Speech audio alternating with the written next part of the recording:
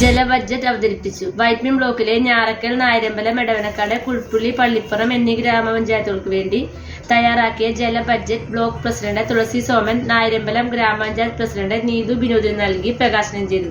വികസനകാര്യ standing committee chairperson സുബോധ Shaji അധ്യക്ഷയായ യോഗത്തിൽ നവകേരള കർമ്മ പദ്ധതി ജില്ലാ കോർഡിനേറ്റർ എസ് രഞ്ജിനി ബഡ്ജറ്റ് അവതരിപ്പിച്ചു. യോഗത്തിൽ PG Manoharan, Neethu Binod, EK Jayan, Jiji Vincent, Augustine Mandoth എന്നിവർ സംസാരിച്ചു. നമ്മുടെ തീരുമാനം കമ്മീഷൻ എടുത്ത് ഉടനെ തന്നെ നമ്മൾ ആദ്യം ബന്ധപ്പെട്ടത് വൈപ്പിൻ ബ്ലോക്ക് പ്രസിഡന്റിനെ വളരെ വളരെ സന്തോഷത്തോടുകൂടി നമ്മൾ കാര്യങ്ങൾ ഏറ്റെടുക്കാനായിട്ട് ഈ വൈപ്പിൻ ബ്ലോക്കിലെ പഞ്ചായത്തിൻ്റെ ഈ ജലബഡ്ജറ്റ് തയ്യാറാക്കലും അതിൻ്റെ പിടിക്കാനുമുള്ള എല്ലാ സന്നദ്ധതയും വളരെ സന്തോഷത്തോടുകൂടി ഏറ്റെടുക്കുകയും അതനുസരിച്ചും നമ്മൾ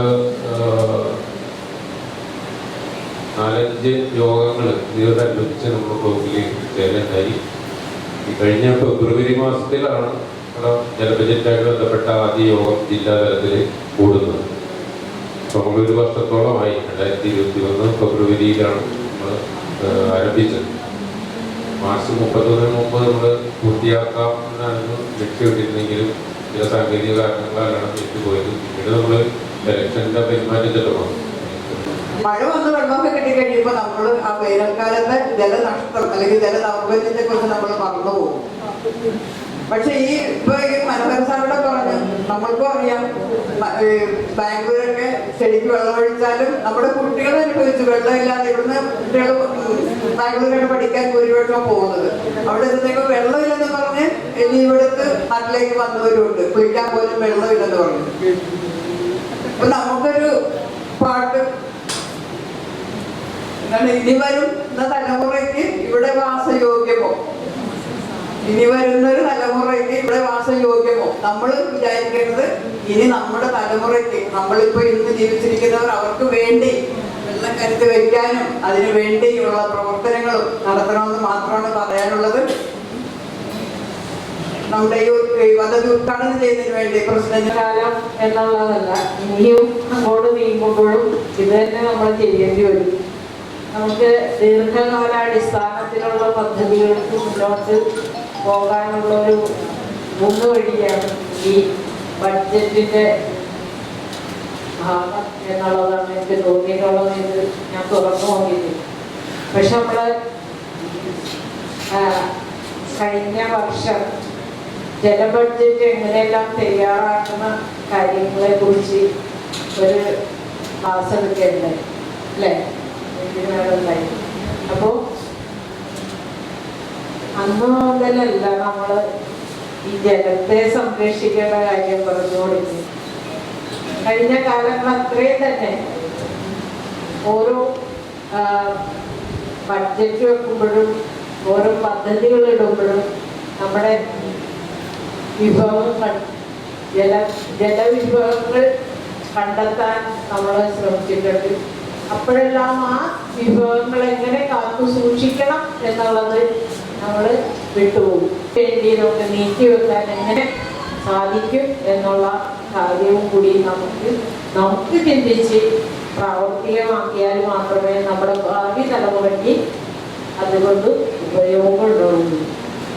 വരും തലമുറയ്ക്ക് ജീവിക്കാൻ സാഹചര്യം ഒരുക്കുക നമ്മളുടെ പ്രക്രിയയാണ്. പക്ഷെ ആ തലമുറ ചിലപ്പോൾ പക്ഷേ ആ തലമുറ കാണുന്ന കാഴ്ചപ്പാടായിരിക്കില്ല നമ്മൾ കണ്ടു പോയിട്ടുള്ളത്. അപ്പം തീർച്ചയായിട്ടും ഈ ഇതിൽ റോഡുകളും കാര്യങ്ങളൊക്കെ ഉണ്ടാവുമല്ലോ. അപ്പൊ ഈ ഇത് ബഡ്ജറ്റ് 5 പഞ്ചായത്തുകളുടെ ജല ബഡ്ജറ്റാണ്. എവിടെയെല്ലാം എന്തെല്ലാം ഉണ്ട് എന്നുള്ള ഒരു രൂപരേഖ. അതാ ഞാനിത് മറച്ചു നോക്കിയിട്ടില്ല കേട്ടോ. അതുകൊണ്ടാണ് ഞാനിങ്ങനെ ഇടയ്ക്കിടയ്ക്ക് ബെഞ്ചിനെ നോക്കണം.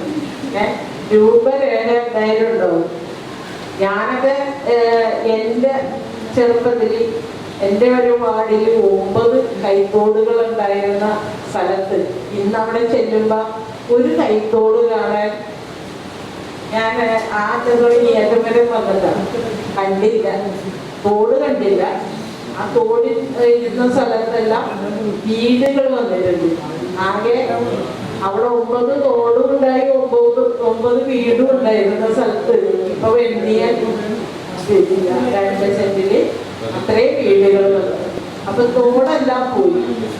അതുപോലെ തന്നെയാണ് നമ്മുടെ കുളങ്ങളും നമ്മുടെ കിണറുകളും ഒക്കെ. അതാരും ശ്രദ്ധിക്കാത്തൊരു സാഹചര്യത്തിലേക്ക് മാറിപ്പോയിരിക്കുകയാണ്. ഇനി വരുന്ന പദ്ധതി ഞങ്ങളെ സംബന്ധിച്ച് ഉദ്യോഗസ്ഥന്മാർക്കിരിക്കുന്നത്, ഞങ്ങളെ സംബന്ധിച്ച് ഒരു 17 മാസം ഉണ്ടാവും. പക്ഷെ ഈ 17 മാസത്തിനുള്ളിൽ എന്തുകൊണ്ട് അല്ലേ, അതല്ലാട്ടുണ്ട് 17 മാസമാണെങ്കിലും ഈ 17 മാസത്തിനുള്ളിൽ നമുക്ക് ചെയ്യാൻ കഴിയുന്നത് എന്താണ്? ആ രീതിയിൽ നമ്മൾ മുൻകരുതലെടുത്ത് പദ്ധതികൾക്ക് രൂപം കൊടുക്കണം എന്നുള്ളതാണ് എനിക്ക് നിങ്ങളോട് അഭ്യർത്ഥിക്കാനുള്ളത്. എന്തായാലും വൈപ്പിൻ ബ്ലോക്ക് പഞ്ചായത്തിനെ സംബന്ധിച്ച് ഇത്തരത്തിലുള്ള കാര്യങ്ങൾ ഏറ്റെടുക്കാനും നിങ്ങൾക്ക് എന്താണ് ചെയ്യേണ്ടതെന്ന് വെച്ച് കഴിഞ്ഞാൽ അത് ചെയ്യാനും തയ്യാറായിട്ടുള്ളവരാണ് 13 പേരും. അത് ഒരിക്കലും അങ്ങനെയുള്ള കാര്യങ്ങൾ വരുമ്പോൾ തന്നെ വേണ്ട എന്ന് പറയാൻ ആരും ശ്രമിക്കാറില്ല. അത് നമ്മുടെ ഒരു ഡിവിഷന്റെ പൈസ പോകുന്ന പ്രക്രിയയാണ് എന്നുള്ള കാഴ്ചപ്പാടൊന്നും ഈ 13 പേർക്കും ഇല്ല. 13 പേരും സ്വന്തം ഡിവിഷൻ നോക്കാതെ തന്നെ പൊതുവായ വിഷയങ്ങളെ എങ്ങനെ നമുക്ക് കൈകാര്യം ചെയ്യാൻ കഴിയും, അതെത്രത്തോളം ജനകീയമാക്കാൻ കഴിയും എന്നുള്ള കാഴ്ചപ്പാടുള്ള ഒരു ഭരണസമിതിയാണ് വൈപ്പിൻ ബ്ലോക്ക് പഞ്ചായത്തിനുള്ളത്. അതുകൊണ്ട് തന്നെ തീർച്ചയായിട്ടും ജലബഡ്ജറ്റിന്റെ അവതരണമൊക്കെ കഴിഞ്ഞു കഴിയുമ്പോൾ എന്താണ് അടുത്ത നടപടി എന്നുള്ളത് നമുക്ക് മനസ്സിലാക്കാൻ കഴിയും. അതിനുതകുന്ന രീതിയിലുള്ള സംവിധാനങ്ങൾ നിങ്ങളുടെ ഭാഗത്തു നിന്ന് ഉണ്ടാവണം എന്ന് മാത്രം പറഞ്ഞുകൊണ്ട് ഈ ജലബഡ്ജറ്റ് പരിപാടി ഉദ്ഘാടനം. നമ്മൾ ധനകാര്യ മാനേജ്മെന്റിനായിട്ടൊരു ബഡ്ജറ്റ് ഉണ്ടാക്കുന്നത് പോലെ നമ്മൾ ജലത്തെപ്പറ്റി, ജലത്തിന്റെ ആവശ്യകതയും വിവിധ സ്രോതസ്സുകളിലെ കണക്കുകൾ ശേഖരിച്ചുകൊണ്ട് ഒരു ജല ബഡ്ജറ്റ് തയ്യാറാക്കി എന്നുള്ളതാണ്. കേരളത്തിൽ, ഇന്ത്യയിൽ ആദ്യമായിട്ടാണ് കേരളം ഇത്തരത്തിലുള്ള ഒരു ജല ബഡ്ജറ്റ് തയ്യാറാക്കുന്ന പ്രവർത്തനത്തിൽ ഏർപ്പെടുന്നത്.